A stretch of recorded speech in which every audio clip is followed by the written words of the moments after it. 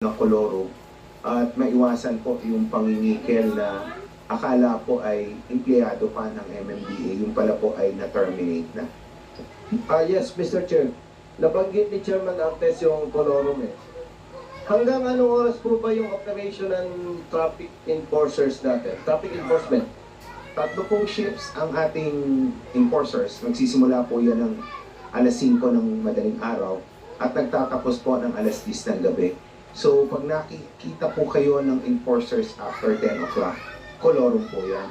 Except, meron po tayong strike force na tinatawag na naka-standby po yan sa MMDA, hindi po natin pinalalabas unless may tawag. Dahil po, minsan pag nagkaka-aksidente, lalo-lalo na sa madaling araw, ipinapadala po natin yan to manage the traffic at imbestigahan po yung nangyaring aksidente. So, hanggang 10 o'clock po ng gabi yung